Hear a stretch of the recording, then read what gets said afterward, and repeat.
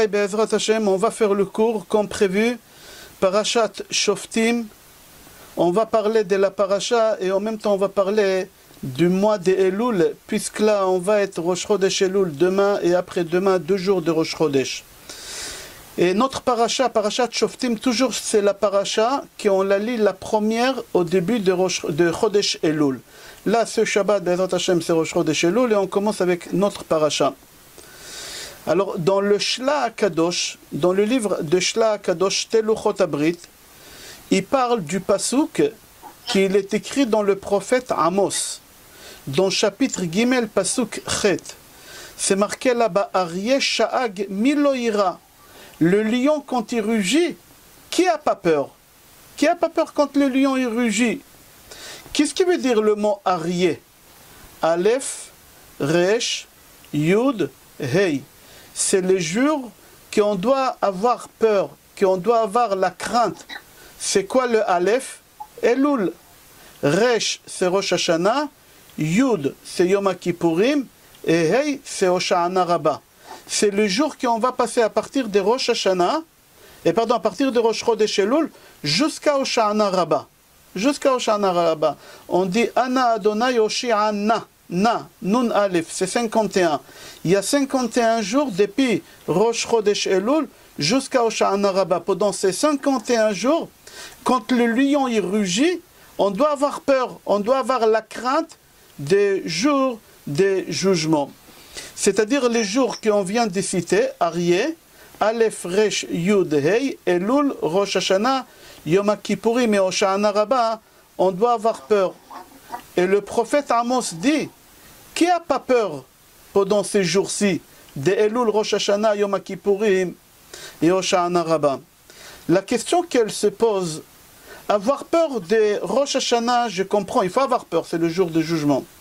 Avoir peur de Hoshana Rabbah, il faut avoir peur. Pourquoi? Parce qu'à Hoshana Rabbah, Akadosh Baruch Hu, il transmet les ordres aux Malachim pour qu'ils passent à l'action tout ce qu'il a jugé à Rosh Hashanah. À Kippour, il faut avoir peur. Pourquoi? Parce que c'est le jour qu'Hachem il tamponne sur les jugements. Mais Elul, pourquoi on doit avoir peur à Elul? Pendant les 30 jours-là qu'on commence, depuis Rosh Chodesh Elul demain, jusqu'à Rosh Hashanah, on doit avoir aussi peur. Pourquoi? On a dit tout à l'heure, Aryeh, Imishag, Miloïra. Le lion, quand il rugit, qui a pas peur? Et c'est quoi les lions? C'est pas un vrai lion. C'est les jours. Rosh Hashanah, Hoshana Rabbah, Yom Kippour, comme on a dit, et le mois de Elul. Pourquoi tu dois avoir peur du mois de Elul? Au contraire, le mois de Elul, c'est pas des jours qu'il faut avoir peur. Le mois de Elul, au contraire, c'est un jour. Tu peux couper les micros, Moïse, on entend les bruits autour de toi au centre. Ah, pardon. Comment je Merci. Et Jean-Yves, tu peux couper, voilà, il a coupé. Alors, il y a iPhone XS Max, Yonat. je connais pas. Je connais pas. Alors, je répète la question. On a dit qu'il faut avoir peur de Aryeh. Aryeh, c'est les jours qu'on doit avoir peur. Rosh Hashanah, Elul, Yom Kippourim et Hoshana Rabbah. La question qu'elle se pose, pourquoi tu dois avoir peur de Elul? Yom Kippour, je comprends. Rosh Hashanah, je comprends. Hoshana Rabbah, je comprends. Mais pourquoi tu dois avoir peur pendant le mois de Elul? Au contraire. C'est le jour de Rachamim ve'aselichot, c'est le jour de pardon, c'est le jour d'amour qu'Akadosh Baruch Hu il a avec nous, c'est le jour qu'Akadosh Baruch Hu il a la patience avec nous. Pourquoi on nous demande d'avoir peur pendant le mois de Elul? C'est pas compréhensible. Pourquoi tu dois avoir peur de ces 30 jours-là? Rabbeinu Yonah, il rajoute encore une couche. Rabbeinu Yonah, dans le livre Kohelet, sur l'explication des livres Kohelet, chapitre Gimel, Pasuk Bet, il dit lui aussi qu'il faut avoir peur du mois de Elul. Quand le lion il rugit, il faut avoir peur pendant le mois de Elul. Alors j'arrive pas à comprendre pourquoi le prophète Amos, il nous dit dans chapitre 3, il nous dit qu'il faut avoir peur de lion quand il rugit. Le lion c'est le jour qu'on a cité. Rabbeinu Yonah sur Kohelet, il vient, il nous rajoute encore une couche, il faut avoir peur du mois de Elul. Pourquoi il faut avoir peur du mois de Elul? Le mois de Elul, c'est un jour d'amour. Au contraire, il ne faut pas... Il m'a mis monsieur... Oui, qui Shalom Aleichem, c'est Jonathan. Jonathan, Baruch Haba. Baruch haba. Merci, M. Coronel. Merci beaucoup, M. Coronel. Alors j'ai ramené aussi Rabbeinu Yona, que Rabbeinu Yona a dit Aryeh ishag mi lo ira. Rabbeinu Yona aussi il dit qu'il faut avoir peur du mois de Elul. Mais pourquoi il faut avoir peur du mois de Elul? Le mois de Elul, au contraire, c'est les jours d'amour, c'est les jours des pardons, c'est des bons jours pendant le mois de Elul. Pourquoi tu dois avoir peur? Alors, je ne réponds pas sur cette question. Tout à l'heure, on va répondre sur cette question, mais j'aimerais d'abord vous poser la question quand on dit quand les lions y rugit. De quel lion on parle ici? De quel lion? J'ai expliqué que le mot lion Aryeh, Aleph, Resh, Yud, Hey, c'est les jours. Aleph, c'est Elul, Resh, Rosh Hashanah, Yud, Yom Kippourim, Hey, Hoshana Rabbah. D'accord. Ça, c'est qu'est-ce qui veut dire le prophète Amos. Mais moi, je vous pose la question. On parle ici d'un lion. Viens, on va parler de lion. De quel lion il nous parle ici? Quand les lions y rugit, tout le monde il doit avoir peur quand ces lions y rugit. Mais on parle ici de quel lion? Alors j'ai trouvé donc Gemara Choulin, page Nuntet Amoud Aleph, une histoire. Et cette histoire, elle nous parle de ce lion-là. Ce lion qu'il faut avoir peur. De quel lion? Viens, écoute l'histoire. Là-bas, la Gemara dit que César, le roi de Rome, il a posé la question à un de ses meilleurs amis, c'était Rabbi Yehoshua ben Hanania. Rabbi Yehoshua ben Hanania, c'était le meilleur ami de roi de Rome. Le roi de Rome, il lui dit, je ne comprends pas. Pourquoi vous, les Juifs, vous comparez votre Dieu à un lion? Pourquoi vous comparez votre Dieu à un lion? Mais un lion, ce n'est pas quelque chose de très fort. Il y a des gens qui étaient des héros, et ils ont réussi à combattre des lions. Par exemple, chez David Amelech, on voit que David Amelech, il dit à Shaoul, qu'il a réussi à attraper un lion et ouvrir sa gueule et le déchirer en deux. Comme ça, c'est marqué. À part ça, nous, on sait, mis à part lui, il y a Shimshon, Samson, qui lui-même, il a attrapé un lion, il a déchiré la bouche des lions. Alors, le roi de Rome pose la question à Rabbi Yehoshua ben Hanania, pourquoi vous comparez votre Dieu à un lion? Puisque le lion, ce n'est pas la chose la plus forte qu'il y a au monde. Il y a des gens qui sont plus forts que le lion. Rabbi Yehoshua ben Hanania, il dit au roi de Rome, tu sais, monsieur le roi, quand nous on comparait notre Dieu au lion, ce n'est pas le lion que tu connais qui est dans la cage. Il y a un lion que nous on l'appelle Bi-Alma, le lion qui se trouve dans le monde extérieur, pas dans ce monde-là, il est dans un autre monde. Nous, quand on comparait notre Dieu au lion, c'est à ce lion qu'on comparait Dieu. Qu'il n'y a aucun homme au monde, aucun héros au monde qui peut combattre ce lion-là. C'est à ce lion-là qu'on comparait Dieu. Où il se trouve ce lion-là? On a dit il se trouve dans les autres mondes. Il n'est pas chez nous, on ne le connaît pas ce lion. On va développer tout à l'heure. Mais on a vu déjà ce lion-là.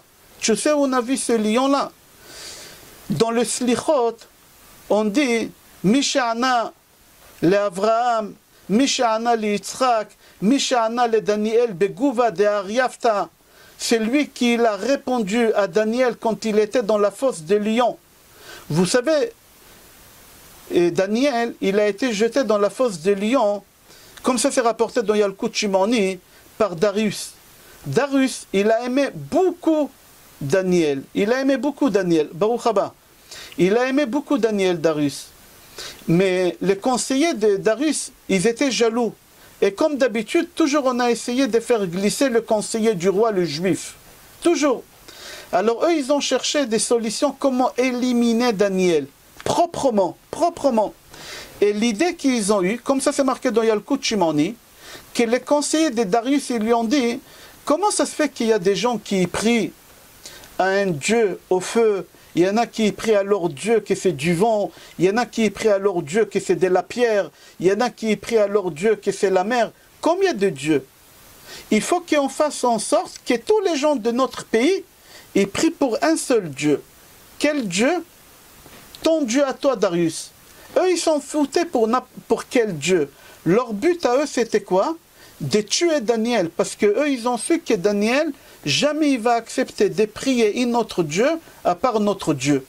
Alors, ils ont fait un sale coup, comme on dit, à Daniel. Et Darius, il n'a pas compris. Il leur a dit, vous avez raison. À partir de maintenant, il a fait sortir une loi. À partir de maintenant, tout le monde y prie mon Dieu à moi. celui qui ne prie pas mon Dieu à moi, je vais le jeter dans la fosse au lion. Ok, ils ont gagné.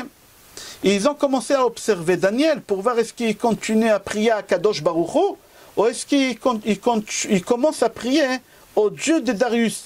Évidemment, Daniel, il n'a pas changé. Il a continué à prier à Kadosh Baruch Hu. Et Darius, il savait ça. Mais il a caché l'œil, il n'a pas écouté. Jusqu'à qu'ils ont mis la pression tellement forte qu'il leur a dit, bon, je vais voir Daniel comment il prie. Et quand il est arrivé chez Daniel, il a vu que Daniel, il priait à Kadosh Baruch Hu. Et il a dit à Daniel, je suis obligé de te jeter à la fosse des lions. Comme prévu, je suis obligé de te jeter.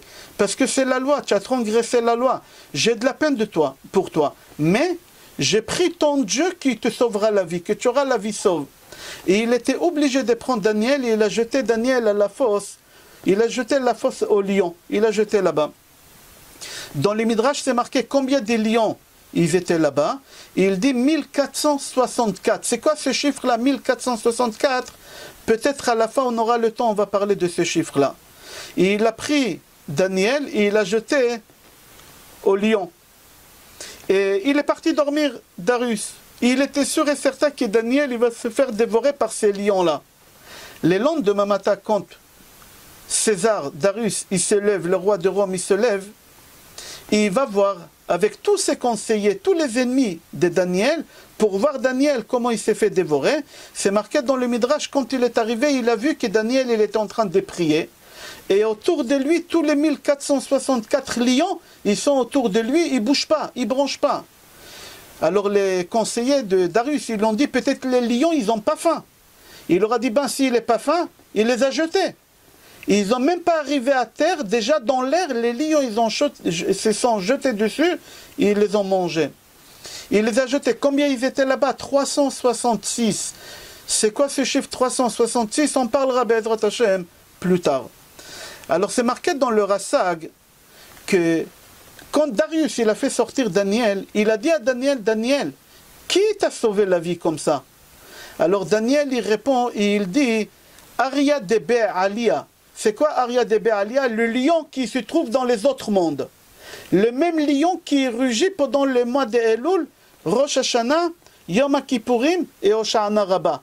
Aryeh, Ishag, Milo ira. On a dit tout à l'heure, le lion quand il rugit, qui a pas peur? C'est quoi le lion? On a dit tout à l'heure qu'Amos il a dit Aryeh, Aleph, Elul, Resh, Rosh Hashanah, Yud, Yom Kippourim et Hoshana Rabbah. Ça qu'est-ce qu'il dit Amos? Ici le Rassag dit que Daniel il a dit à Darius, il y a un lion qui se trouve dans les autres mondes. Alors on voit que ce lion-là, il a passé à l'acte à l'époque de Daniel. Déjà à notre époque, il est là. Pendant Rosh Chodesh Elul, à partir de demain matin, il va être là jusqu'à Hoshana Rabbah, et il va rugir. Et tu es obligé de te réveiller et de prendre conscience. Ok, jusqu'ici c'est le Midrash. J'aimerais reprendre la Gemara Choulin, page Nuntet Amud Bet. L'histoire de Rabbi Yehoshua ben Hanania avec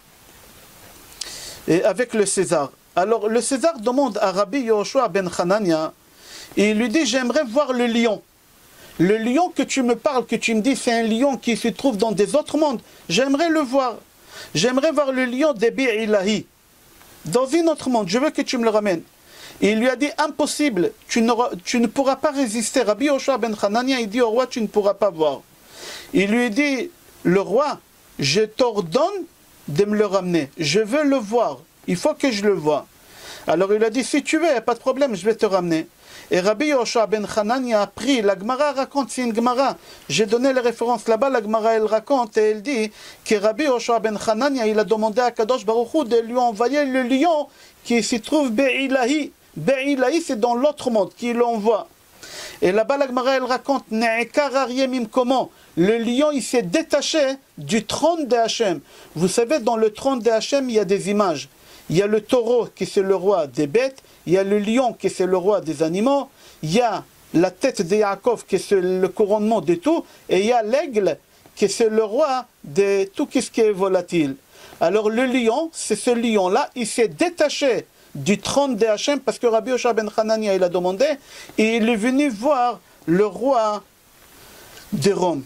La Gemara a dit, il n'est même pas arrivé encore à peu près à 1500 km, il a donné un cri, le lion, il a rugi un cri très fort que toutes les femmes des Roms qui étaient enceintes, les bébés ils ont tombé de peur, ils ont perdu leur bébé. Ils ont tous perdu le bébé.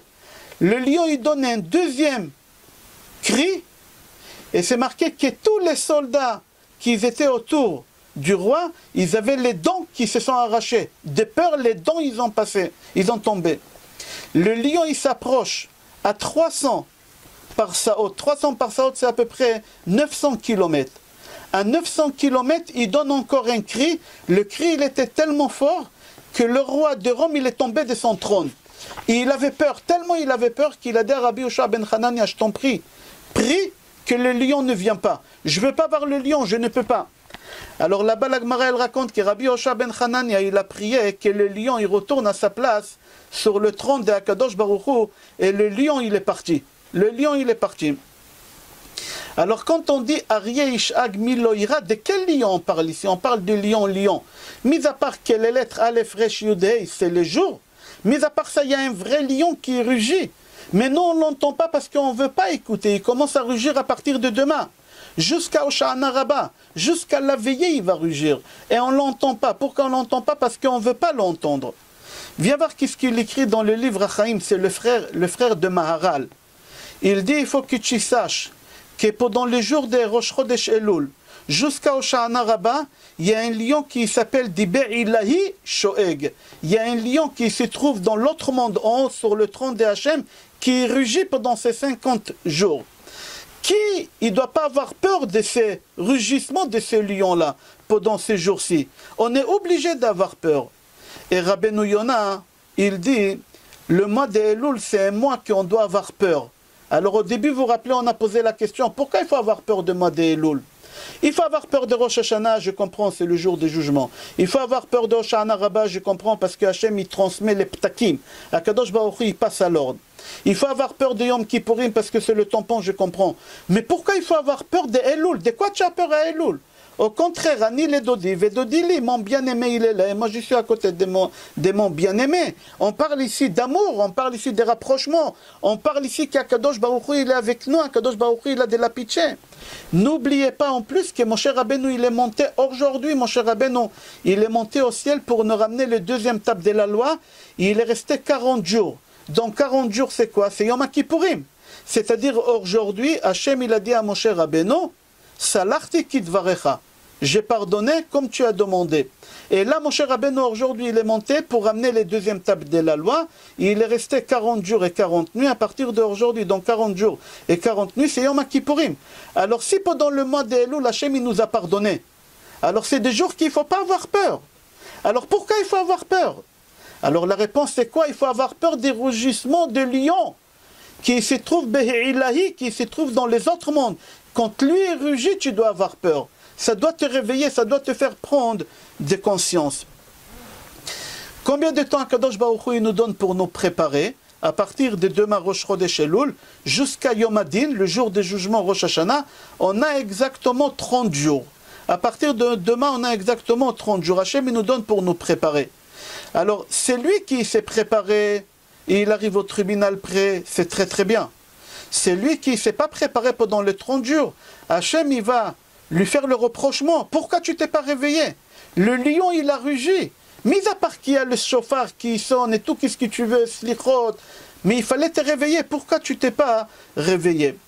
Qu'est-ce qui veut dire le mot Elul? Elul, c'est en araméen. Si vous prenez le dictionnaire araméen hébreu, le mot Elul, ça veut dire chercher. Chercher. Pourquoi Chachamim, ils ont appelé le mois de Elul chercher? Pour la simple raison que c'est le mois que chacun il doit faire un travail sur lui et chercher ses erreurs pour les réparer. Viens, on va voir. Rabbeinu Yerucham, le Rosh Yeshivat Mir, il explique ça en donnant un exemple. C'est une halakha. Écoutez une halakha. Aide-moi à écouter une halakha. Si quelqu'un il avait besoin de l'argent, qu'est-ce qu'il a fait pour avoir de l'argent? Il avait besoin de 100 euros. Pour avoir les 100 euros, il est parti, il a volé un vélo libre. Le vélo qui appartient à la mairie, ça coûte 300 euros. Il est parti, il a fait ce qu'il fallait faire pour qu'on ne reconnaisse pas. Il a changé la peinture, il a pris, il a volé. La police elle est en train de chercher celui qui l'a volé. Et lui, il dit rien du tout. Mais quand il a senti qu'on est en train de serrer, on arrive chez lui, mais on ne sait pas encore c'est lui. Mais on va arriver chez lui dans 48 heures. Lui, il savait ça. Qu'est-ce qu'il a fait de lui-même? Il est parti à la police, il leur a dit « Bonjour, monsieur la police, la personne que vous cherchez pour le vélo, c'est moi. Je reconnais l'erreur. J'ai volé. » D'après la loi juive, qu'est-ce qu'on doit faire à cette personne? On doit lui demander de payer le prix du vélo. Il n'y a pas d'amende. On ne lui donne pas de punition, il n'y a pas d'amende. C'est la halakha juive. Quelqu'un qui a fait une erreur, il reconnaît l'erreur, il demande pardon, on lui dit paye. Maintenant, la question qu'elle se pose, cette personne-là qui a volé le vélo, il n'est pas parti se dénoncer à la police. La police, ils l'ont attrapé. Ils l'ont puni, ils lui ont donné une amende. Ils ont raison, ils n'ont pas raison. Oui, d'après la loi juive, ils ont raison. Pourquoi? Parce qu'il ne s'est pas dénoncé. Si tu te dénonces avant, c'est bien. Si tu ne te dénonces pas avant, alors tant pis pour toi, tu vas payer l'amende. Il dit, Rav Yerucham de Mir, il dit c'est la même chose. Si avant Rosh Hashanah, tu te dénonces de toi-même, et tu prends un papier et tu écris tous les péchés que tu as fait dans l'année, et tu dis, voilà comment je vais réparer chaque chose, alors à Rosh Hashanah, tu ne passeras pas au tribunal. C'est-à-dire là, il nous donne un tuyau, en réalité c'est une Gemara. Amar Rabbi Eliezer, dan dina bela dina, dina bela dina. Rabbi Eliezer, il a dit, c'est lui qui passe au tribunal terrestre, ne passera pas au tribunal céleste les jours de Rosh Hashanah. J'explique. Si pendant les 30 jours qu'ils arrivent là, tu écris tous tes péchés que tu as fait, et à côté de ça, tu écris la punition. La paracha de cette semaine, elle s'appelle comment? Shoftim. Veshotrim et des policiers. Shoftim, c'est des juges. Veshotrim et des policiers. Tu placeras à tes portes. De quelles portes on parle ici? Or Chaim Akadosh, il dit les portes que tu as dans ton visage. On a 7 portes, les 2 yeux, les 2 narines, les 2 oreilles et la bouche. Si tu places des juges, et pendant le mois d'Elul, tu dis j'ai vu des choses que j'ai pas le droit de regarder, tu marques. Tu dis j'ai entendu des choses que j'ai pas le droit d'entendre. J'ai senti des odeurs qu'on n'a pas le droit de sentir par le nez. Oh, je me suis mis en colère. On se met en colère par les narines, comme ça on dit. Ou par la bouche, j'ai dit des choses, ou j'ai mangé des choses, et tu écris, tu marques la punition. Alors toi, tu deviens chauffette. Tu deviens juge, tu te juges toi-même sur tes mauvaises actions. Alors tu ne passeras pas au tribunal à Rosh Hashanah, parce que tu as passé ici. Maintenant, tu dois placer des policiers. Les policiers, c'est quoi? C'est la punition que tu t'es pris pour faire tchouva. Alors c'est quoi la punition de nos jours? C'est s'engager à se réveiller tôt pour aller faire slichot, ou à s'engager à rajouter sur les cours de Torah. Et tu mets des policiers, que tu t'endors pas le matin. Tu mets des policiers que tu iras au cours pendant tous les mois. Alors quand Rosh Hashanah il va arriver, et Hachem il voudra te juger, Hachem ne peut pas te juger. Parce que si tu as passé au tribunal une seule fois, tu ne peux pas passer sur la même affaire une deuxième fois. À part s'il y a un appel. Mais il n'y a pas d'appel ici. Aide-moi, maître Messika, tu es d'accord avec moi? Chez vous aussi, c'est comme ça dans les civils. Il secoue la tête, oui. Alors dans la halakha juive, c'est comme ça. Vous avez copié de chez nous. Ce n'est pas nous qui on a copié de chez vous. Alors je répète, si tu as passé au tribunal une fois sur une affaire, tu ne passeras pas une deuxième fois. Chez Akadosh Baruch Hu, c'est la même chose. Alors Rabbeinu Yerucham, il te dit, qu'est-ce que la Gemara dit? Amar Rabbi Eliezer dan dina bela dina, dina bela dina. Si tu passes au tribunal ici, tu ne passeras pas au tribunal là-bas. Mais si tu ne passes pas au tribunal ici, pendant le mois d'Elul, tu fais que dormir, tu ne te lèves pas à slichot, tu ne prends pas des cours de Torah sur toi, Akadosh Baruch Hu, il te dit, mon petit, le lion, il a rugi pendant 30 jours. Quel lion? Pas le chauffard. C'est une mélodie, le chauffard. Le lion de Be'ilahé, le lion qui se trouve sur mon trône, il a sonné pendant les 30 jours. Tu t'es pas réveillé. Akadosh Baruch Hu, il n'est pas content. Akadosh Baruch Hu, il n'est pas content. J'ai trouvé quelqu'un qui dit, si par exemple tu t'es endormi pendant les 30 jours, tu t'es endormi pendant les 30 jours, et les 30 jours arrivent, et tu as passé au tribunal, et ça a mal passé au tribunal. Et tu as pris conscience, Akadosh Baruch Hu, il annule la punition. De qui on apprend ça? Il y a une Gemara, Brachot, page A, Amoud Bet. Là-bas, la Gemara, elle raconte une histoire. Je ne vais pas la raconter parce qu'on a parlé de cette histoire. Celui qui veut voir l'histoire, il la regarde. Rav Huna, il était vigneron. Il avait des stocks du vin pour plusieurs millions d'euros. C'est du vin qui coûte très cher. Et le vin, il a tourné, il est devenu vinaigre. Le vinaigre, ça coûte 1 euro. Le vin, il coûte la bonne bouteille 70 euros. Il a perdu beaucoup d'argent. Et pourquoi? Parce qu'il a fait une faute. Quand il a fait tchouva, Alors à la bourse, le prix des vinaigres, il est monté au prix du vin, 70 € la bouteille. Comment? On ne va pas rentrer maintenant dans ça. Qu'est-ce qu'on apprend de là? Que même au moment qu'Hachem il te punit, tu dis Hachem, pardon, je reconnais l'erreur. Je reconnais l'erreur, pardon, je demande pardon, je reconnais. Il y a une possibilité qu'Akadosh Baruch Hu, il annule la punition. J'aimerais vous raconter une histoire que j'ai racontée l'année dernière. Alors ne me rattrapez pas pour me dire tu as raconté déjà l'année dernière. Mais c'est bien de se rafraîchir de temps en temps, parce que des fois on oublie. Mais c'est une histoire qui est vraie. Je crois, Edmond, tu m'as dit que tu connaissais très bien cette histoire aussi, mais c'est une histoire vraie qu'elle s'est passée au tribunal civil, pas au tribunal religieux. Écoutez l'histoire qui s'est passée, je crois que c'était aux États-Unis. Un jour, il y a quelqu'un qui a été accusé d'un assassinat. C'est une vraie histoire, il était accusé d'un assassinat. Et pas seulement qu'il était accusé d'un assassinat, on avait des témoins qui l'ont vu, on avait des photos qu'ils ont prises, et on avait tout ce qu'il fallait pour l'accuser, cette personne-là. Même, on a trouvé presque même le corps, si on peut dire. Ils n'ont pas trouvé le corps, mais presque avec les photos. Alors ce jugement-là, il s'est déroulé pendant des mois et des mois. Pendant des mois. Et tout était contre ce client-là. Tout contre ce client-là. Celui qui on l'accuse, c'était noir pour lui. Le jour qu'on a donné l'autorisation à la défense de parler à l'avocat, à son avocat de parler, lui il savait qu'il n'a plus rien à faire. Il y a des témoins, il y a des photos, on n'a pas besoin de plus que ça. Mais il fallait qu'il dise quelque chose, il ne peut pas rester comme ça. Il fallait qu'il dise quelque chose. Qu'est-ce qu'il fait lui? Lui il se lève, et il parle devant le tribunal, devant tout le monde. Et il leur dit, monsieur le juge, je sais que vous allez le condamner dans quelques minutes à mort. Aux États-Unis on condamne à mort pour ça. Je sais que vous allez le condamner à mort. Mais j'ai une question à vous demander.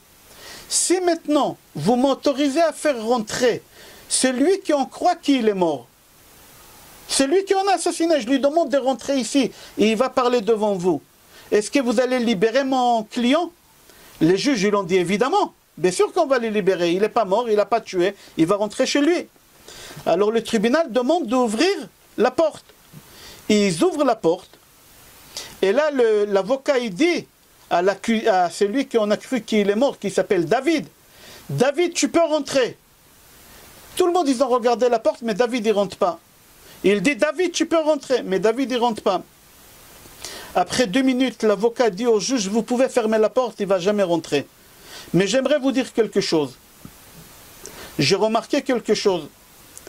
Que vous m'avez donné l'autorisation de faire rentrer celui qui on croit qu'il est mort, de le faire rentrer. C'est-à-dire que vous-même, vous avez une doute, est-ce que mon client c'est l'assassin, oui ou non?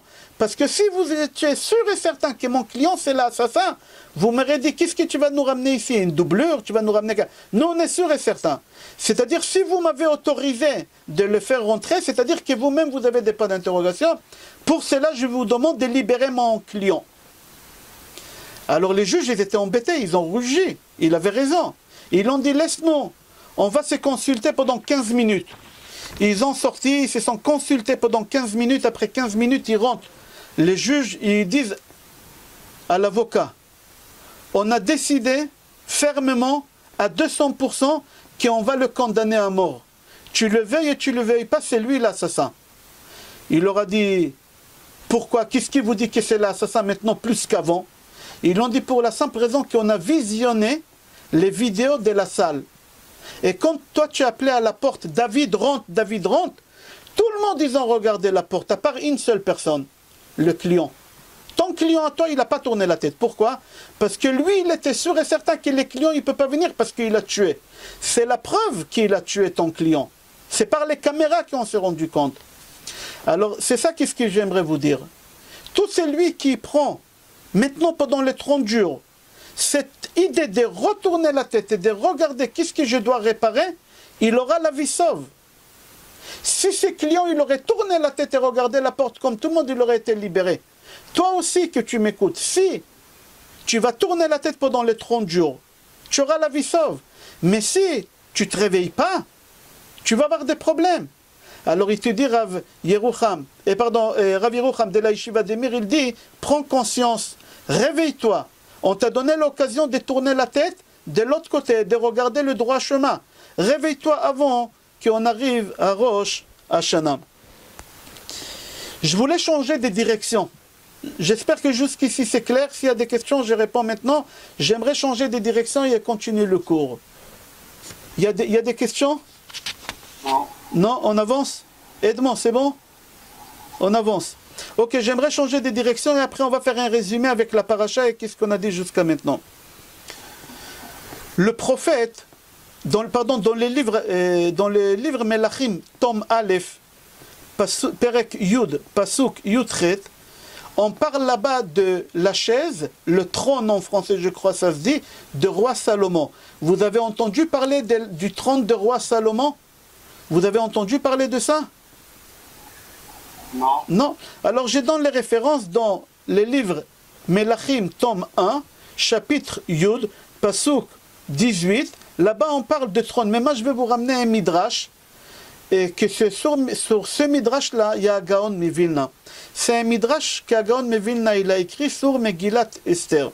Mais seulement en deux mots, dans les livres des rois, tome 1, c'est marqué là-bas que le trône de David, c'est marqué là-bas pas en détail, et c'est marqué là-bas qu'il avait 6 marches. Le roi Salomon, quand il voulait s'asseoir sur son trône, il fallait qu'il monte sur les 6 marches pour arriver là-bas. Venez, on va voir qu'est-ce qu'il a écrit le Gaon Mevilna sur le trône du roi Salomon.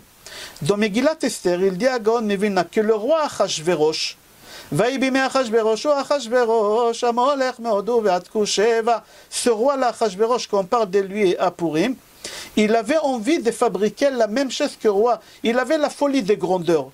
Il a voulu construire la même chaise que le roi Salomon. Alors il est parti chercher, c'est marqué dans Yalkut Shimoni aussi, qu'il a demandé qu'on lui fasse la même chose, la même chaise. Comment cette chaise elle est arrivée chez Achashverosh en Perse? Comment elle est arrivée? Alors c'est marqué dans le Midrash, quand Nebuchadnezzar il est parti détruire le Beth Amikdash, il a exilé les Béné Israël, il a fait un tour par l'Égypte. Et la chaise elle était en Égypte. Et d'Égypte il l'a pris, et comme ça la chaise elle est arrivée en Babylonie et après en Perse. Et là-bas c'est marqué que cette chaise-là, elle avait 6 marches, et les 6 marches ils sont couverts avec des pierres précieuses, avec des pierres des couleurs rouges, vert, c'est des diamants, des pierres des diamants. Et il raconte ici en détail comment ça éclairait, comment c'était magnifique. Et il dit là-bas, Ve'ilanet marim ekifin lakissé, et des palmiers, des dattiers qui entouraient le trône. Le trône il était très très grand. Et il dit, et sur leur tête ils avaient des pans. C'est un oiseau qui a beaucoup de couleurs en français. Pan, ça te dit quelque chose? Un pan, oui. Un pan. Il avait des pans là-bas. Ils avaient là-bas des aigles. Ils avaient là-bas des lions. Sur chaque marche, sur les 6 marches, sur chaque marche, il avait 2 lions. Et sur la tête de chaque lion, tout ça s'était fait en or et en marbre. En vrai marbre, pas le marbre qu'on a aujourd'hui. Et sur la tête des lions, ils avaient un poteau en marbre, et sur le poteau en marbre, ils avaient des aigles, et sur l'aigle, et comme ça, c'était sur les 6 marches. C'était les 6 marches. Et c'est marqué là-bas qu'ils avaient des vignes qui mettaient de l'ombre, et c'est marqué là-bas les lions aussi, mis à part les lions qu'on a parlé, ils avaient sur chaque 2 marches, ils avaient des lions creux, qu'à l'intérieur on les remplissait avec des parfums. Ça sentait très très bon. Ils étaient remplis de parfums. Et quand le roi Salomon y montait, les parfums ils sortaient, les odeurs ils sortaient. Et mis à part ça, sur le trône de David, il avait 6 fauteuils au nord, à sa droite et à sa gauche. Mis à part ça, il avait un pour le Kohen Gadol et un pour le bras droit de Kohen Gadol. Mis à part ça, il avait encore 70 fauteuils. C'était un trône énorme, quelque chose de spécial, et tout il fonctionnait mécaniquement. On va voir tout à l'heure. Il avait 70 fauteuils autour. Pourquoi? C'est pour les 70 sages, le Sanhedrin, le Knesset Agdola, le Sanhedrin, il venait s'asseoir là-bas. Ou quand Shlomo il montait pour s'asseoir sur son trône, quand il mettait son pied sur la première marche, Alors là-bas, c'est marqué tout qui commence à fonctionner mécaniquement. C'était quelque chose qui, même aujourd'hui, avec toute la technologie qu'on a, personne n'y pourra faire la même chose que le roi Salomon aujourd'hui. Et chaque fois quand il montait sur une marche, les animaux ils bougeaient, jusqu'à qu'il est arrivé à la 6e marche.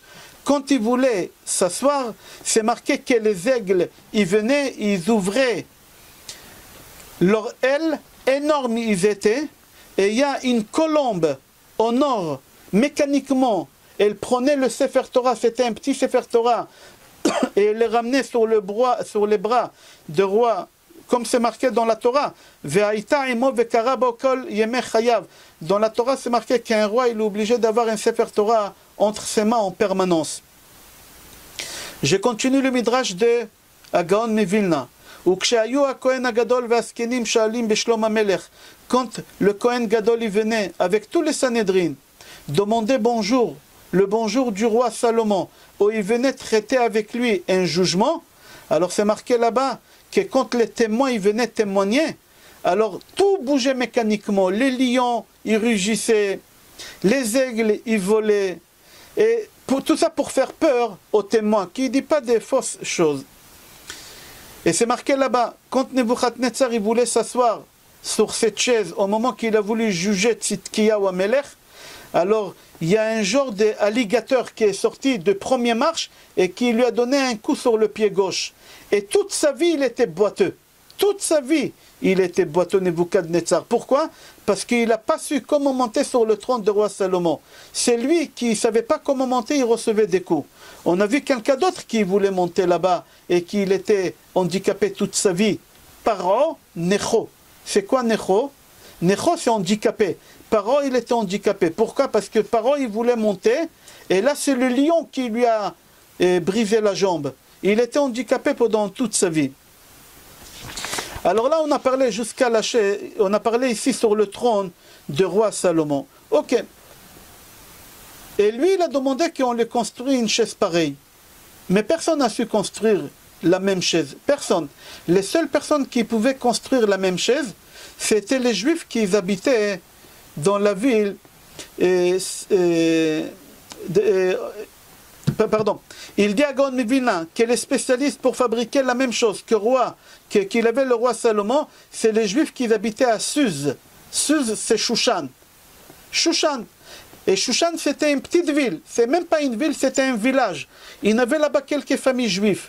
Et comment ça se fait dans la Megillah, c'est marqué, Gaon Mevilna pose la question que c'était la capitale des 120 pays, tu imagines? Il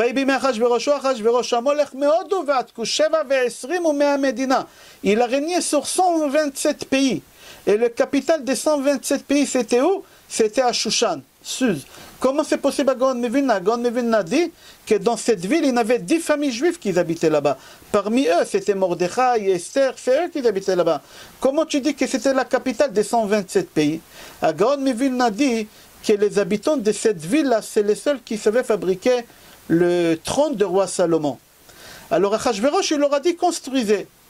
Quand ils ont fini de construire, ils ont voulu prendre le trône et le ramener au capital où il y a Achashverosh, mais on ne pouvait pas transporter. C'est une chaise qu'on ne peut pas la transporter.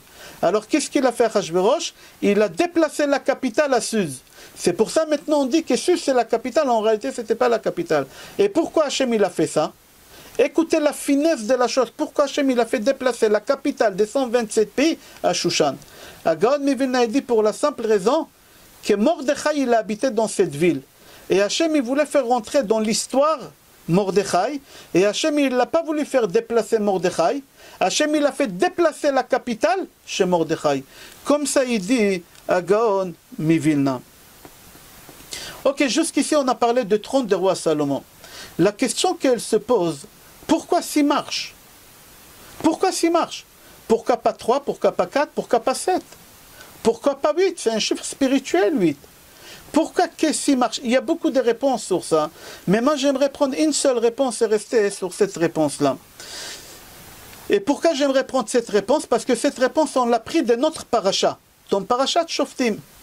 Quand tu prends la Parashat Shoftim au début de la paracha, là-bas, la paracha, elle te ramène 6 interdits au début de la paracha. Regarde, 6 interdits pour le roi juif. il y a 6 choses que le roi juif, il n'a pas le droit de les faire.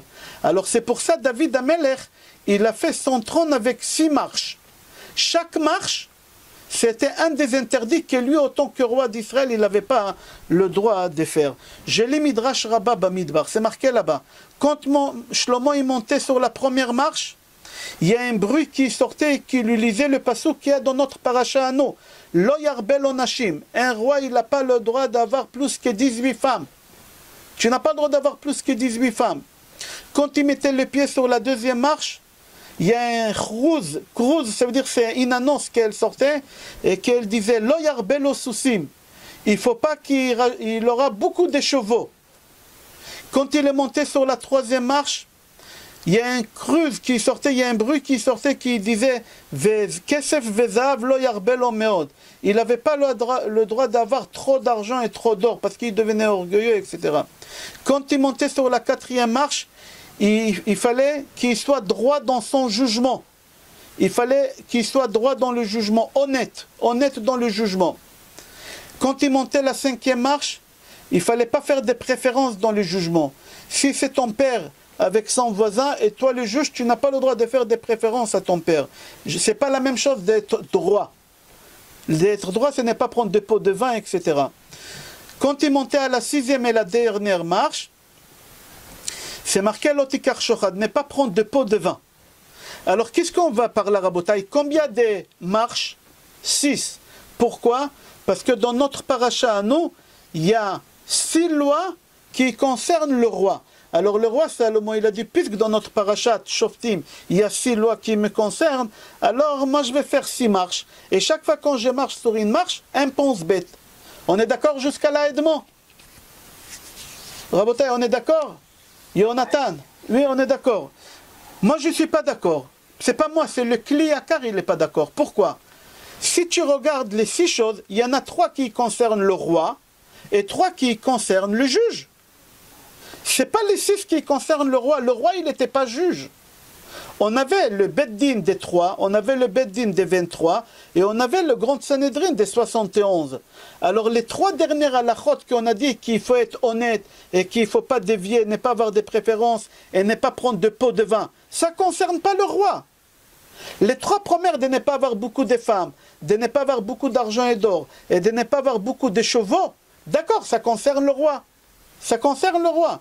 Alors pourquoi Shlomo Amelech il a fait un trône avec 6 marches? Nous on a dit tout à l'heure parce que dans notre paracha il y a 6 halachot qui concernent le roi. Mais il n'y a pas 6 halachot qui concernent le roi. Il n'y en a que 3 qui concernent le roi. Les autres choses que le Midrash rapporte, ça concerne les juges. Ça ne concerne pas du tout les rois. Ça c'est la question de Kliakar. Le Kliakar il pose comme ça. Alors pour comprendre ça, on va avancer. Il faut savoir que nous les Juifs, on est obligés de placer dans chaque ville un tribunal. Le tribunal le plus petit, c'est combien de personnes? 3 juges. C'est Diné Mamonot, on l'appelle. Le Sanhédrin Ktana, ils étaient 23. Diné Nefashot. Et le plus grand Sanhédrin, Sanhédrin Gdola, qui était assiégé à Yerushalayim, ils étaient des 71.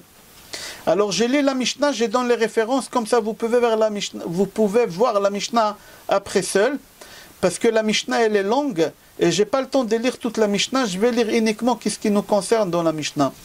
Alors la référence de la Mishnah, c'est rapporté dans Mishnah Avot, chapitre 4, Mishnah 22. Rabbi Elazar HaKapar aya omer, Rabbi Elazar HaKapar dit, Ayeludim, tous ceux qui sont dans ce monde, qui sont venus, qui sont nés dans ce monde, l'amut, ils vont mourir un jour. Personne n'est éternel. Ve'ametim, et ceux qui sont morts, ils vont ressusciter. Ils vont tous ressusciter. Kol Israël Shlaim Chelek L'Olam Haba. Tous les Juifs, Arizal il dit, même Jésus il va ressusciter. Comme ça Arizal dit. Avec toutes les mauvaises choses qu'il a fait, il va ressusciter, mais dans son monde à lui. Alors il dit, et les morts ils vont ressusciter. Achaim Lidon, les vivants ils vont passer au tribunal. Quel tribunal? On va passer à Rosh Hashanah. Et on va passer à Rosh Hashanah devant qui? Alors écoutez bien qu'est-ce qu'elle dit la Mishnah, après vous pouvez la voir tranquillement. Il passe devant Akadosh Baruch Hu, et Akadosh Baruch Hu, Hu Dayan, c'est lui le juge. Hu Aed, c'est lui le témoin. Vehu Baal Din, c'est lui qui t'attaque au tribunal. Il y a quelqu'un qui t'attaque au tribunal, alors les deux vous allez au tribunal. C'est Hachem qui t'attaque au tribunal. Et Akadosh Baruch Hu, il va te juger. Et n'oublie pas, devant Akadosh Baruch Hu, en avla, velo shikra, velo masopanim, velo mekar shochad, lama akol shelo. Chez Akadosh Baruch Hu, tout il est juste. Akadosh Baruch Hu ne peut pas prendre de pot de vin. Akadosh Baruch Hu, il n'oublie rien du tout. Tout ce que tu as fait, tout est inscrit devant Akadosh Baruch Hu. Et à Rosh Hashanah, tu vas passer au tribunal. Alors il faut savoir qu'à Rosh Hashanah, tu vas passer devant le tribunal de combien de personnes? Un seul juge. On n'a pas le droit, il faut avoir 3, 23 ou 71. Mais toi, à Rosh Hashanah, tu vas passer que devant Akadosh Baruch Hu. Shehu Yachid, il est unique, il n'y a que lui qui a le droit de juger seul. Seul il a le droit de juger. Et Akadosh Baruch Hu, lui va être le juge, lui va être ton accusateur, et c'est lui qui va t'attaquer au tribunal. Pourquoi c'est Hachem qui va t'attaquer au tribunal? Venez voir qu'est-ce qu'il dit Rav Valkin. Rav Valkin, il dit comme ça. Avant de dire Rav Valkin, je vous pose la question, qu'est-ce qu'il dit Rabbi Eliezer Akapar? Qu'Akadosh Baruch Hu, il ne prend pas de pot de vin. Akadosh Baruch Hu, il ne prend pas de pot de vin. Est-ce qu'on a besoin de dire qu'Akadosh Baruch Hu, il ne prend pas de pot de vin? Vous n'avez pas réfléchi un peu? Qu'est-ce que dire ça qu'Akadosh Baruch Hu, il ne prend pas de pot de vin? Mais c'est normal qu'Hachem il prend. Hachem il est juste, on a dit avant. Si le juge il est juste, il ne prend pas de pot de vin. Si... Mais une mitzvah, c'est pas une sorte de pot de vin? On va voir la réponse tout à l'heure. C'est bien. C'est Maître Messika, c'est bien. On va voir tout à l'heure. Si on peut dire, venez, on va voir. Il dit le Rav Valkin comme ça. À Rosh Hashanah, il y a 2 jugements, mais le premier jugement, il est divisé en 2. C'est quoi? Le premier jugement, c'est entre l'homme et l'homme. C'est quoi entre l'homme et l'homme? Tu as fait du mal à ta femme. Tu as parlé du mal à ta femme. Tu as fait du mal à ton fils ou à ta fille. Tu as fait du mal à ton associé. Tu vas passer au tribunal. Alors il faut savoir que ce jugement-là, il est coupé en 2. Comment il est coupé en 2? Tout d'abord, tu dois demander pardon à ta femme, à ton mari, à ton voisin, à ton associé. Après que tu lui as demandé pardon, tu vas demander pardon à Hachem. Si tu n'as pas demandé pardon à l'autre, ça ne sert à rien d'aller à Rosh Hashanah, à la synagogue, et dire pardon à Hachem. Hachem, il te dit d'abord, va demander pardon à l'autre. Alors le premier jugement, c'est quoi? C'est le mal que tu as fait autour de toi des êtres humains. Tu dois leur demander pardon, et après tu dois demander pardon à Kadosh Baruch Hu. Après, il y a le deuxième jugement. Tu dois demander pardon à Kadosh Baruch Hu sur le péché que tu lui as fait à lui. Sur le péché que tu lui as fait à lui. Tu n'as pas fait de brachot, tu n'as pas mis les tefilin, tu as fait des péchés. Alors là, tu passes au tribunal. Devant qui? Devant Hachem. Alors qui c'est qui t'attaque au tribunal? Hachem qui t'attaque au tribunal. Qui va te juger? Hachem. Comment c'est possible que c'est lui qui t'attaque? C'est lui aussi qui doit être le juge. Et comment tu peux dire que c'est honnête? Comment c'est possible de réfléchir et de comprendre? C'est ça la question de Rav Valkin. Alors il dit comme ça. Qu'Akadosh Baruch Hu, il prend 2 pots de vin. Akadosh Baruch Hu, il prend 2 pots de vin. Comme tu as dit, Edmond. Toi, tu dois passer au tribunal devant Hachem. Tu as fait un péché, tu n'as pas mis les tefilin. Tu dois faire face à ce péché-là. Tu n'as pas fait de bracha, tu dois faire face à Akadosh Baruch Hu. Akadosh Baruch Hu, c'est le juge, c'est lui qui t'attaque, c'est lui qui va te punir, c'est lui tout. Avant de répondre sur la question, je vais donner une image pour comprendre c'est quoi. Je vais donner une image. Moi, Raphaël Pinto, j'ai fait du mal à David. David, c'est un Dayan. David, c'est un Dayan. On est d'accord? Moi, Raphaël Pinto, je suis un juif simple. J'ai fait du mal à un Dayan. Maintenant, moi, je ne veux pas que le Dayan m'attaque au tribunal. Qu'est-ce que j'ai fait? Je vais lui acheter un cadeau. Je vais lui acheter un verre de kidouche en argent. J'ai le droit ou je n'ai pas le droit? C'est un problème. Il est juge en même temps. Et en même temps, c'est lui qui va m'attaquer. Alors il est les deux en même temps. C'est la situation qu'on se trouve à Rosh Hashanah. À Rosh Hashanah, on a Akadosh Baruch Hu qui on a fait du mal à lui. Et nous, pendant le mois d'Elul, comme il a dit Edmond, on envoie des cadeaux à Hachem, on envoie des pots de vin à Hachem, on fait des mitzvot, des mitzvot. On a le droit ou on n'a pas le droit? Ça peut arriver dans la vie de tous les jours. Tu as fait du mal à ton Dayan, et avant que le Dayan il t'attaque au tribunal, tu lui donnes du pot du vin. Tu as le droit ou non? Oui. Pourquoi? Parce qu'il ne t'a pas attaqué encore au tribunal. Tant qu'il ne t'a pas attaqué au tribunal, on ne l'appelle pas encore juge. Alors tu peux lui donner du pot du vin. Tant que tu n'es pas attaqué encore au tribunal. Non, c'est la même chose. Quand est-ce Hachem va devenir le juge? Quand est-ce qu'il va nous attaquer au tribunal? À Rosh Hashanah. Tant que ce n'est pas Rosh Hashanah, Kadosh Baruch Hu, il ne nous attaque pas encore. Hachem ne nous attaque pas encore. Alors tant qu'Hachem ne nous attaque pas encore pendant les 30 jours qu'on est en train de traverser, on peut donner des pots de vin à Hachem. Comment? En faisant des bonnes actions, en demandant des pardons. Et en faisant comme il a dit Rabbi Eliezer dans le Midrash que j'ai ramené tout à l'heure. Qu'est-ce qu'il a dit Rabbi Eliezer? Dina bela dina, dina, dina, dina, la dina. Si tu passes au tribunal ici en bas, tu ne passeras pas au tribunal en haut à Rosh Hashanah. Tu peux donner du pot du vin à Hachem là pendant 30 jours. Toute l'année, tu n'es pas parti à la synagogue Shachrit. Là, pendant 30 jours, tu vas faire le cinéma. Tu vas faire un sketch. Tu vas faire un film. Tu peux y aller pendant les 30 jours et tu peux convaincre Akadosh Baruch Hu. Tu peux convaincre Akadosh Baruch Hu. Tu peux lui donner du pot du vin autant que tu veux. Lui, Akadosh Baruch Hu, il prend du pot du vin. Pourquoi? Parce qu'il a le droit. Tant qu'il ne t'a pas attaqué encore au tribunal. Jusqu'à quand tu peux faire ça? Jusqu'à Rosh Hashanah. Rosh Hashanah arrive, c'est trop tard. Akadosh Baruch Hu, il devient quoi? Il devient Dayan. Et un Dayan, un juge, il n'a pas le droit d'accepter de pot de vin. Alors tu vas te retrouver à Rosh Hashanah face à Akadosh Baruch Hu, en demandant pardon, mais Akadosh Baruch Hu, il n'a pas le droit de te pardonner. Akadosh Baruch Hu, il va te juger par rapport à tes pensées au futur. Akadosh Baruch Hu, il va voir est-ce que tu as pris sur toi des choses. Est-ce que tu as essayé de prendre un peu de conscience par rapport à tes actions. C'est comme ça qu'Akadosh Baruch Hu, il va te juger à Rosh Hashanah. Pourquoi Akadosh Baruch Hu, il nous donne 30 jours, Edmond? Pourquoi 30 jours? Je t'appelle parce que tu es sur le grand écran, on ne te voit que toi par rapport aux autres. Pourquoi 30 jours? Edmond, toi tu es avocat. Quand le juge chez vous, il donne des choses pour régler une amende, c'est combien de temps? C'est pour qu'on répare chaque chose qu'on a fait chaque jour. Pourquoi 30 jours? Parce que dans un mois, il y a 30 jours et qu'on répare... Il y a des mois qui y a 29 jours et il y a des mois qui y a 30 jours, pas tout le temps. Parce qu'il y a une règle dans la loi juive chez nous, pas chez vous dans la loi civile. Dans la loi religieuse, c'est marqué, quand tu as demandé à quelqu'un de faire quelque chose, le juge, par exemple, toi tu as chez toi un arbre qui pousse tordu, qui rentre dans le jardin de ton voisin, il fait tomber des feuilles toute la journée. Il t'a attaqué au tribunal. Le tribunal, ils te disent, monsieur Messika, on a décidé qu'il faut couper l'arbre. Combien de temps tu as pour couper l'arbre? 30 jours. C'est le minimum qu'on doit donner à quelqu'un. Le minimum. C'est le minimum d'après la halakha.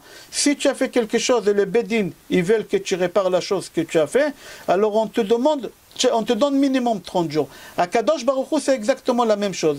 À Kadosh Baruch Hu, il te dit pendant un an, tu t'es mal comporté.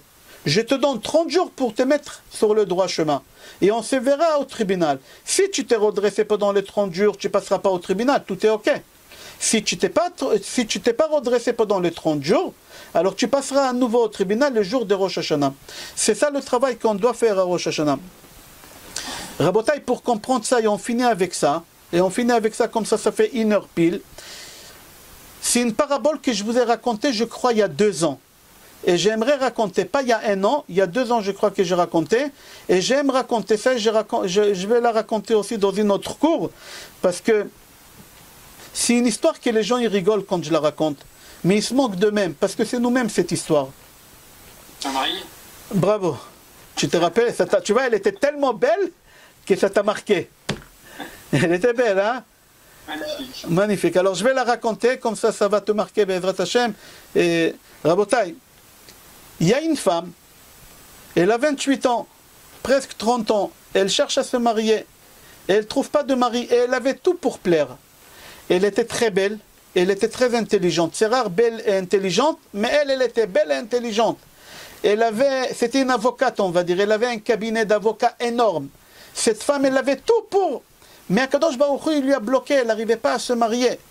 Et la montre biologique avance. Et elle voit qu'elle ne pourra plus avoir des enfants, la pauvre. Qu'est-ce qu'elle a fait? Elle a dit, je vais sortir moi-même et je vais draguer. Je vais draguer. Je ne vais pas attendre qu'on me drague. Je vais draguer. Elle sort à la synagogue. Le premier juif qu'elle voit devant elle, qui a à peu près la même âge que lui, il lui dit, monsieur, vous voulez vous marier avec moi? J'ai tout ce qu'il faut. Je suis belle, je suis riche, je suis intelligente. Vous allez être heureux avec moi. Il a dit, écoutez madame, bien sûr, vous me plaisez, je vois sur vous que vous êtes une femme bien, mais moi j'ai un défaut, j'ai un problème. Et il a dit, c'est quoi le problème? Il lui dit, j'ai pas d'argent. J'ai pas d'argent. Il a dit, mais c'est pas un problème, moi j'ai autant d'argent que vous voulez. Mariez-vous avec moi, il va rien vous manquer. Même le costume de mariage, vous le paye. Même le costume de mariage. Lui, il n'a pas compris d'où ça vient, ça tombe sur lui cette chose. Il lui a dit, d'accord madame. Ils organisent le mariage dans 30 jours. Ils se marient, tout se passe bien, Baruch Hashem, un bel mariage. Ils ont passé la nuit de noces, magnifique, très très bien. Le lendemain matin, la femme, elle se réveille tôt. Et elle réveille son nouveau mari et lui dit, écoute chérie, ça ne te dérange pas, tu descends en bas au rez-de-chaussée, il y a Charles Traiteur. Tu ne peux pas aller chercher là-bas 3 croissants et 3 pains au chocolat? Il a dit, bien sûr mon amour, je le ferai. Mais je t'avais dit, j'ai pas d'argent. J'ai pas d'argent. Alors il a dit, mais c'est pas un problème, je t'avais dit l'argent. Voilà, il y a là-bas une carte bleue, la black, pas la or, la black. Il y a là-bas une carte bleue, descends en bas, tu achètes tout ce qu'il faut pour le petit déjeuner. Il lui a dit, d'accord. Le bonhomme, il a pris la carte bleue, il s'est barré, il n'est plus revenu. Et elle attend 1 heure, 2 heures, 1 jour, 2 jours. Après 4 jours, elle appelle la police. La police, elle le cherche, personne ne le trouve. La famille, elle le cherche, personne. 2 mois, personne ne le trouve. Jusqu'à qu'elle a baissé les bras. Mais elle ne le voyait pas, mais elle entendait parler de lui par la banque. Tous les mois, le 30 du mois, la carte bleue, elle passait. La carte bleue, elle passait, mais elle disait rien parce qu'elle avait honte qu'elle s'est fait avoir par quelqu'un comme ça et qui s'est barré avec la carte bleue. Ok, l'année passe. Le jour d'anniversaire de mariage, cette femme, elle a décidé de regarder l'album de mariage, un peu de nostalgie. Et elle regarde l'album de mariage, et elle pleure, et elle pleure. Après une demi-heure qu'elle regarde l'album de mariage, vers 10 heures du soir, on sonne à la porte. Et elle court ouvrir la porte, et elle voit par le trou, par le Judas, et elle voit qui? Son mari, avec un bouquet de fleurs, un sourire d'une oreille à l'autre oreille, comme ça. Et elle ouvre la porte, elle dit, mais David, où tu étais? Qu'est-ce qui se passe? Il lui dit pardon, il lui raconte une histoire à dormir debout. Et elle, par amour, elle accepte. Il rentre à la maison, il passe une nuit extraordinaire. Et le lendemain matin, la femme lui dit, chérie, il y a Charles Traiteur toujours, il est en bas, il est ouvert. Tu peux descendre acheter croissant, pas au chocolat? Il lui dit, oui mon amour, mais tu sais, j'ai pas d'argent et la carte bleue, après 1 an, elle est plus valable. Elle est valable 1 an, la carte bleue. Alors il n'y a plus de carte bleue, elle est plus valable. Il a dit, il n'y a pas de problème, il y a la nouvelle carte bleue qu'elle t'attend dans les tiroirs. C'est une blague, j'ai agrandi le crédit, tu peux acheter. Lui, il prend la carte bleue, il se barre. Il ne revient pas. Et elle attend 1 jour, 2 jours. Elle n'a même pas appelé la police. Elle avait honte. Encore, elle s'est fait avoir comme une débutante. L'année dernière, il lui a fait la même chose. L'année dernière, il a fait la même chose. Alors, qu'est-ce qu'elle fait? Elle dit rien. Elle avale la pilule. Les jours passent, les mois passent. L'année d'anniversaire arrive. Elle fait sortir l'album à nouveau. Nostalgie. Elle regarde, elle pleure, elle pleure. Et on sonne à la porte à la même heure. Et elle regarde par le Judas qui c'est son mari, avec un sourire d'une oreille à l'autre, un bouquet de fleurs. Et elle ouvre la porte et dit, mais qu'est-ce qui t'arrive? Et lui, il lui raconte une histoire à dormir debout. Elle accepte. Il passe une nuit extraordinaire. Et le lendemain, la même chose. Il s'est barré avec la carte bleue, etc. Ça fait rire l'histoire. On dit jamais ça va nous arriver. Le problème, c'est que ça nous arrive exactement chaque année. Chaque année, ça nous arrive à Rosh Hashanah. Chaque année à Rosh Hashanah, on va à la synagogue. Et on demande à Kadosh Baruch Hu, Hachem, la parnassa, Hachem, la santé, Hachem, les enfants, Hachem, s'il te plaît, une carte, pas bleue, pas la or, la black, une année comme ça, une bonne année, Hachem, s'il te plaît, des bons chiffres d'affaires comme ça, avec ma femme, qu'on sera heureux, qu'on aura la paix avec les enfants. Et à Kadosh Baruch Hu, il te donne. Les lendemains de Rosh Hashanah, on ne te voit plus. Tu as disparu de la circulation. Hachem il dit, mais qu'est-ce que... Mais Hachem il entend parler de toi, la carte bleue elle passe, l'argent qu'il t'a donné, tu débites. Et tu as oublié Hachem, ni tfila shachrit, ni mincha, tu les fais, chad v'shalom. Je ne dis pas qu'on ne le fait pas, on le fait. Mais à la maison seule tu le fais. Mais pas minyan, pas rien du tout. L'année s'écoule, et la nouvelle année arrive, Rosh Hashanah. Et tu arrives à la synagogue à nouveau, comme l'année dernière, avec un sourire là, un beau sidour de Rosh Hashanah, un beau marzor de Rosh Hashanah, tu arrives à la synagogue, et Hachem il te dit, mais David, où tu étais toute l'année? Et tu lui racontes une histoire à dormir debout. Et Akadosh Baruch Hu, il avale la pilule, et tu lui dis dans la prière, Hachem, s'il te plaît, Bane, Chaye, Umzone, Bane, les enfants, la vie, la santé, la parnassa. Et Akadosh Baruch Hu, il te dit, tiens mon fils, prends mon fils. Et Akadosh Baruch Hu, il te donne. Il a grandi encore les crédits par rapport à l'année dernière, il te fait confiance. Et toi, tu as trahi encore Akadosh Baruch Hu. Et encore, c'est l'année dernière et l'année d'avant, c'était comme ça et ce sera encore cette année. Mais cette année, on est obligé de prendre conscience. On n'a pas le droit de faire une chose pareille. Pourquoi? Parce que le Satan, il est là. Et il dit à Kadosh Baruch Hu, ne l'écoute pas. C'est un menteur. Comme ça, il dit le Zohar à Kadosh. Dans le cours qu'on a fait hier, vous pouvez le trouver sur YouTube ou sur mon site coursravpinto.com. Le cours d'hier ou d'avant-hier. Tous les jours, je mets un cours sur la paracha. Là-bas, le Satan dit à Kadosh Baruch Hu, parce que le Satan, c'est qui? C'est Anachash Akadmoni, c'est le serpent. Le serpent, c'est le mensonge. Ce monde-là, on l'appelle Olam HaSheker, le monde de mensonge. Là-bas, j'explique avec Adam Vechava, la pomme d'après le Sod. J'explique dans le cours d'hier là-bas. Alors le serpent, il va être devant Kadosh Baruch Hu à Rosh Hashanah, quand on va sonner le chauffard. Et toi, tu vas crier Hachem, Chaye, Bane, Umzone, je veux la vie, je veux la santé, je veux les enfants, je veux la parnassa. Et là, le Satan, il va dire Hachem, c'est un menteur celui-là.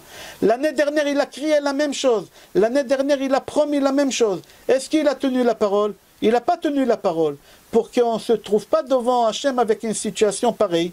Et c'est marqué, Dover Sheker, Loïkon, le Negeda'enai. C'est lui qui parle de mensonge. Je ne peux pas le regarder. Il ne peut pas se mettre debout devant moi. Avant qu'Hachem il va nous renvoyer de la synagogue, alors on doit prendre conscience. On doit prendre conscience. On a 30 jours à partir de demain, Be'ezrat Hachem, jusqu'à Yom Hadin. On doit prendre conscience comment on doit se préparer. Alors chacun doit prendre sur lui, Be'ezrat Hachem. Vous savez quoi? Je ne vous demande pas beaucoup. Je ne vous demande pas de vous lever à Slichot, chacun avec sa conscience. Moi, je vous demande d'étudier beaucoup Rabbeinu, Sha'arei Tshuva de Rabbeinu Yona. C'est un petit livre, ça vaut pas cher, ça coûte pas cher, ils l'ont traduit en français. Sha'arei Tshuva de Rabbeinu Yona. Moi, ça fait 40 ans, tous les mois de Elul, Baruch Hashem, tous les mois de Elul, j'ai étudié ce livre-là. C'est un livre qui renforce, qui est mechazek. Sinon, il y a Orchot Tzadikim, la voix des justes aussi l'ont traduit en français. Sinon, il y a Mesilat Yesharim, il y a Orchot Tzadikim. Il y a des livres de Moussar, c'est renforcé dans des livres de Moussar, dans des cours de Torah. Dans des cours de Torah. Et grâce à ces études-là, Kadosh Baruch Hu va nous inscrire, Be'ezrat Hashem, dans les livres de la vie, dans les livres de la santé, dans les livres de la Parnassa, Be'ezrat Hashem, dans les livres de Tzadikim Gomorim. Amen, Keni Ratson, Be'ezrat Hashem. Amen.